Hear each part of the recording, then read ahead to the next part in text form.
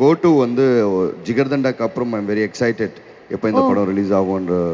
நான் ஸ்கிரிப்ட் அந்த மாதிரி பொலிட்டிக்கல் சட்டையர், நிறைய இஷ்யூஸ் இருக்குது நம்ம டே டு டே லைஃப்பில் வந்து நம்ம சொசைட்டியில் நடக்கிற டே டு டே இஷ்யூஸ் நிறைய இருக்குது. லைட்டாக சொல்லியிருக்கோம், மெசேஜ் சொல்ல இல்லை அட்வைஸ் பண்ணல, பட் இப்படி இருக்குன்ற ஒரு விஷயம் வந்து சொல்லியிருக்கோம். கண்டிப்பாக ஒரு மக்களுக்கு ஒரு ஐ ஓப்பனிங்கான ஒரு விஷயமா இருக்கும். ஓகே, கோ டூ கண்டிப்பா. ஓகே. சோ கோ பொறுத்த வரைக்கும் கோ டூ அப்படின்றது வந்து ஒரு எப்பவுமே அந்த ஒரு தாட் இருக்கும். பார்ட் 1னா பார்ட் 2 அப்படின்ற மாதிரி எப்பவுமே ஒரு எதிர்பார்ப்பு இருக்கும். ஸோ அந்த மாதிரி கோ டூ பொறுத்த வரைக்கும் நிறைய எதிர்பார்ப்பு. பாடல்கள் பொறுத்த வரைக்கும் லியான் ஜேம்ஸ் கலக்கிருக்காரு, சார்ட் எல்லாம் ஹிட் ஆயிருக்கு. ஸோ இந்த கோ டூ மூவி ரிலீஸ் ஆக போகுது நெக்ஸ்ட் மந்த். என்ன மாதிரியான ஒரு பெரிய ட்ரீட் நீங்க கொடுக்க போறீங்கன்னு நினைக்கிறீங்க மக்களுக்கு? இல்லை அதான் சொல்கிறேன்ல, இது பிஃபோர் எலெக்ஷன் வருது படம். நிறைய இஷ்யூஸ் இருக்குது நம்ம டே டு டே லைஃப்பில். இஷ்யூஸ் நிறைய பேருக்கு நிறைய விஷயங்கள் தெரியாது.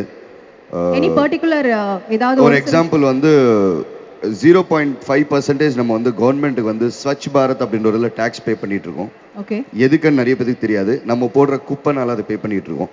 நம்மளே அந்த டஸ்ட்டை அந்த குப்பையை போட்டு நம்ம அதுக்கு ஒரு கிளீனிங்க்கு ஒரு 5.5% ஒரு டேக்ஸ் பே பண்ணியிருக்கோம். நிறைய பேருக்கு தெரியாது. ஸோ இந்த மாதிரி நிறைய விஷயங்கள் இருக்குது சொசைட்டியில், நிறைய விஷயங்கள் இருக்குது.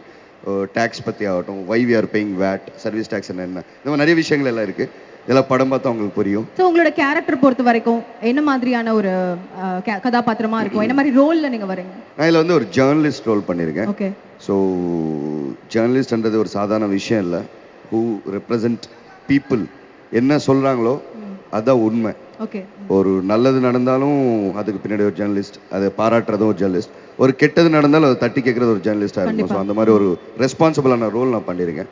So I'm very proud of playing that role. Sarath சாரோட ஒர்க் பண்ண எக்ஸ்பீரியன்ஸ், டைரக்டர் ஷரத் வந்து நான் ஆக்சுவலி இந்த கதை எனக்கு எல்ரெட் சார் இதா அப்படின்னோடனே நான் ரொம்ப ஷாக். சார் யார் சார் டைரக்டர்னு. நான் கண்டிப்பாக இப்படி ஒரு ஸ்கிரிப்ட் எழுதியிருக்காங்கன்னா கண்டிப்பாக அது ஒரு அனுபவம் வேணும், ஒரு ஏஜ் இருக்கணும் கண்டிப்பாக அப்படின்றது ஐ வாஸ் ஷாக்ட். ஆனால் மீட் பண்ணும்போது அது தெரிஞ்சது நம்ம ஏஜ் தான், நம்ம ஜாதி தான். Very shocked, very talented, very brilliant. நீங்கள் அவர்கிட்ட எந்த விஷயம் சொன்னாலும் அதை பற்றி உங்களுக்கு வந்து டீட்டெயிலாக எக்ஸ்பிளைன் பண்ணுவார். ஓகே. ஒரு அந்தளவுக்கான ஒரு நாலேஜபிளான ஒரு பர்சன். ஐம் என்ன சொல்கிறது, நான் ரொம்ப கொடுத்து வச்சேன்னு நினைக்கிறேன் இந்த மாதிரி ஸ்கிரிப்டில் நான் இருக்கேன் அப்படின்றது. Really I thank to my director and my producers and my whole team. இந்த படம் ஆன் ஆகி போயிட்டு இருக்கும்போது யார் மியூசிக் அப்படின்னு இருக்கும்போது எக்ஸாக்ட்லி வந்து லியான் ஜேம்ஸ் இந்த மாதிரி வாயா வீரான்ற ஒரு சாங். எஸ். ஸோ எனக்கு ரொம்ப பிடிச்ச சாங் அது காஞ்சனாலேருந்து.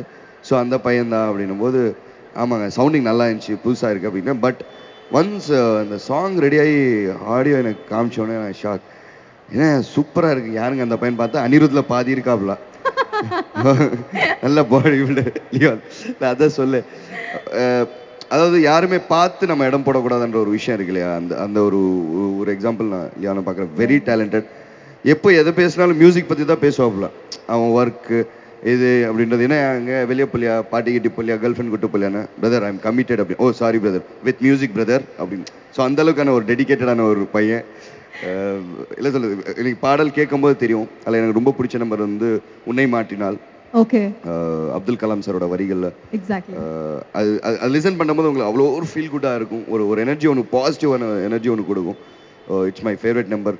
அப்புறம் விடாதே, கோயிலா, இந்த மாதிரி நிறைய இருக்கு. பட் நமக்கு எனக்கு க்ளோஸ் டு த ஹார்ட் வந்து உன்னை மாற்றினால. ஓகே. கோட்டு பொறுத்த வரைக்கும் ரொம்ப சேலஞ்சிங்கா இந்த ஒரு பார்ட், இந்த பர்டிகுலர் சீன் இது ரொம்ப சேலஞ்சிங்கா இருந்தது. இது வரைக்கும் நான் கரியர்ல வந்து இந்த கேரக்டர் வெரைட்டியா பண்ணும்போதும் இது ரொம்ப டிஃப்ரெண்டா இருந்தது. நீங்க ஃபீல் பண்ண சீக்வென்ஸ்னா எதுவா இருக்க முடியும்? Any particular sequence? இல்லை கண்டிப்பாக நிறைய சீக்வென்ஸ் அந்த மாதிரி இந்த படத்தில் இருக்குது. ஏன்னா ஆப்போசிட்டில் இருக்கிறது பிரகாஷ் ராஜ் சார், சொல்ல தேவையில்லை. Is a legend. அவர் ஆக்டிங் பற்றி, அவரோட எவ்வளோ பெரிய பெர்ஃபார்மர்ன்றது எல்லாத்துக்குமே தெரியும். ஸோ அது எல்லாமே சேலஞ்சிங்காக தான் இருந்தது. நான் வந்து அப்படியே அந்த ஷார்ட்டுக்கு ப்ரிப்பேர் ஆகி வரும்போது எனக்குள்ளே அப்படியே வந்து இந்த டைலாக் எல்லாமே எங்கே ஸ்டார்ட் பண்ணணும், எங்கே நிப்பாட்டணும், டைலாக் எப்படி ப்ரொனவுன்ஸ் பண்ண போகிறோம், அந்த ரேட் ஆஃப் ஸ்பீச் எப்படி இருக்கணும், எப்படி டெலிவரி பண்ண போகிறோம். ஏன்னா முன்னாடி இருக்கிறது அவர். அதில் பயங்கர ப்ரிப்பரேஷனோட தான் இருப்பேன். கரெக்டாக அப்படியே வந்து அப்படியே உட்காந்துட்டு அவர் பாட்டி கூலாக வருவார். வந்து அப்படி பார்த்து சொல்லுவோம் எப்படி இருக்கிறது, நல்லா சாப்பிட்டீங்களா அப்படி இந்த மாதிரி வருவார். மிமிக்ரி கூட நல்லா உட்காந்துச்சு அப்படியே டக்குன்னு சாப்பிட்டு போயிடுவார். அப்படி ஒரு பெர்ஃபார்மர் அவர் பார்த்தோன்னே. பட் ஓகே, கூட ஒர்க் பண்ணது ரொம்ப சந்தோஷமான ஒரு விஷயம். இப்போ பாபி சிம்மா வந்து முதல்ல படத்துக்கு வரும்போது நான் முதல்ல வில்லனா உள்ள வந்துடுறேன், அதுக்கப்புறம் நைஸா ஹீரோ ஆயிடுறேன், அதான் உங்க பிளான் இல்லை ஆக்சுவலி? முதல்ல ஒரு வில்லன் மாதிரி இல்லாட்டி ஒரு மாதிரி நெகட்டிவாவோ இல்ல ஒரு மாதிரி ரோல் பண்ணிட்டு அதுக்கப்புறம் நைஸா அப்படியே ஹீரோ இதுதான் பிளான் பண்ணி வந்தது அப்படி நீங்க ஒருத்தர் ரேடியோல சொல்லிருக்கீங்க. அதான் உங்க பிளான். நான் ஆக்டர் ஆகணும்னு பிளான் பண்ணேன். எனக்கு ஆக்சுவலி வில்லன் நெகட்டிவ்னா ரொம்ப பிடிக்கும். என்னன்னா பாசிட்டிவ் நல்லவனா சர்க்கிள் ரொம்ப சின்னது. ஏன்னா நல்லவன் இல்லை நடிக்கணும், எதுவும் பண்ண முடியாது, நான் நல்லவன் அப்படி ஒரு விஷயம் இருக்கும். ஆனால் கெட்டவன் வச்சுங்களேன் சர்க்கிள் ரொம்ப பெருசு, கிரவுண்டு பெருசு, என்ன வேணாலும் பண்ணலாம், பூந்து விளையாடலாம். ஏன்னா நான் கெட்டவன், you can open your hand. So அதனால எனக்கு அந்த நெகட்டிவ் ஷேட் ஆனால் ரொம்ப பிடிக்கும், நெகட்டிவ்னா ரொம்ப பிடிக்கும். பட் ஓகே பாசிட்டிவ் வந்து அதுவும் அது இப்போ சொல்லல ஹீரோ அப்படின்னு நான் அப்படி பார்க்குறதே கிடையாது. ஆக்டர் அவ்வளோதான். நம்ம என்ன ரோல் பண்ணாலும் அது ஒரு ஒரு சின்ன ரோலாக இருந்தாலும் பெரிய ரோலாக இருந்தாலும் ஆனால் வந்தால் நம்ம பண்ணால் நம்ம தான் மட்டும்தான் பண்ண முடியும், நம்ம பண்ணணும் அப்படின்றது மட்டும்தான் எனக்கு ஒரு இது. அவ்வளோதான்.